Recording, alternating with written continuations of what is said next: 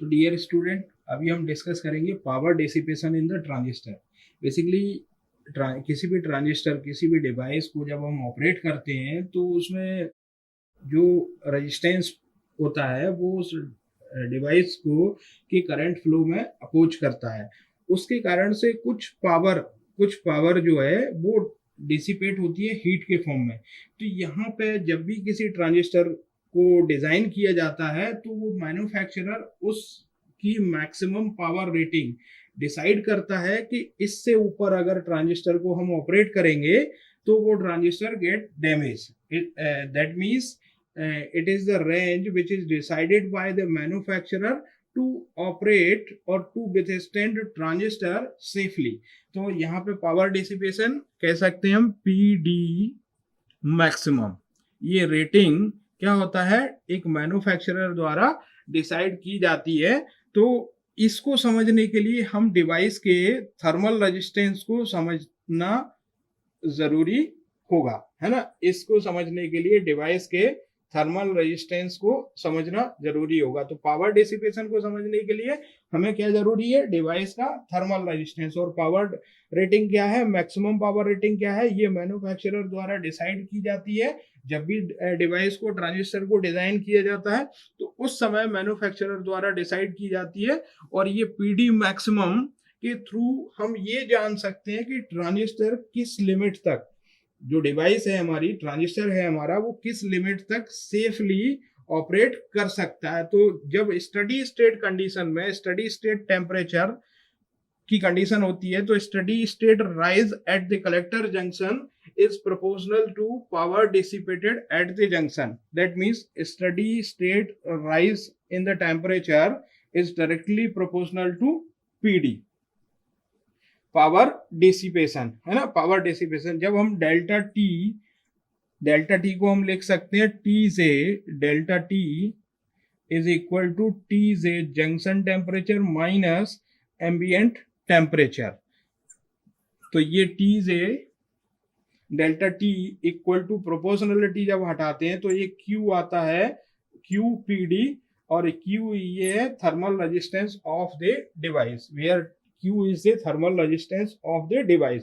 तो मैं यहाँ जितने भी पैरामीटर्स हैं उन सबको यहाँ मेंशन कर देता हूँ कि T J equal to junction temperature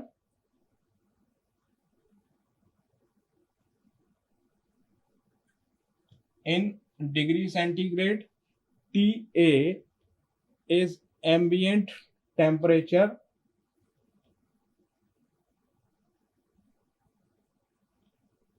in degree centigrade, Q is the constant of proportionality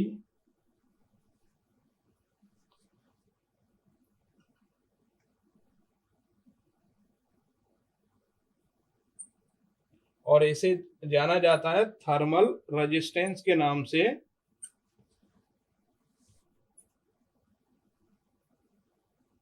और यहाँ पे अगर देखें तो theta equal to delta T हो गया। Delta T means T J minus T A divided by P D.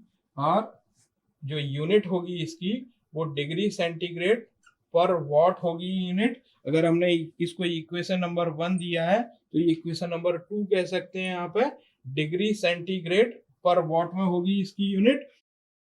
Power dissipation PD is the power dissipation in what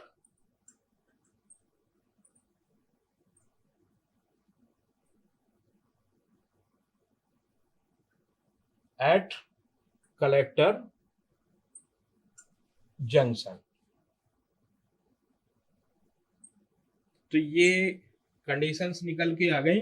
अब हमको क्या करना है, किसी भी ट्रांजिस्टर को जब हमें ऑपरेट करना है तो थर्मल रन अवे की कंडीशन, जैसा हम पहले डिस्कस कर चुके हैं कॉमन इमीटर कॉन्फ़िगरेशन में, thermal runaway collector region में हीट का जनरेशन जो है ना वो पावर डिसिपेशन से, हीट जो कलेक्टर में जनरेट होती है वो ज्यादा हो जाती है। तो to avoid thermal runaway the rate at which heat is released at the collector junction must not exceed the rate at which it can be dissipated। Means जो जनरेट होने वाली हीट है वो डिसिपेट होने वाली heat से exceed नहीं होना चाहिए, उसकी लिमिट एक्सीड नहीं होना चाहिए। तो हम कह सकते हैं कि del of PC collector junction upon del of TJ is less than del of PD upon del of TJ. इसको बोलते हैं इक्वेशन नंबर 4। इसका मतलब ये है कि हम जानते हैं, अभी हमने देखा है कि del of P D upon del T J is equal to 1/q। ये 4 इक्वेशन नंबर 4 बोला है। तो to prevent thermal runaway condition क्या आ गई यहाँ पे निकल के, del of P C divided by del of Tj is less than equal to 1/q. That means to prevent thermal runaway, del of Pc divided by del of Tj is less than 1/q. That means ये inversely proportional होना चाहिए, inversely proportional से कम होना चाहिए Q के, thermal resistance के। That means जो collector junction पे हीट जो प्रोड्यूस हो रही है वो थर्मल रेजिस्टेंस के इनवर्स से कम होना चाहिए, थर्मल रनअवे की कंडीशन को अवॉइड करने के लिए। तो ये था थर्मल रनअवे। थर्मल रनअवे के साथ साथ हमने power dissipation of the transistor discuss किया। Thank you.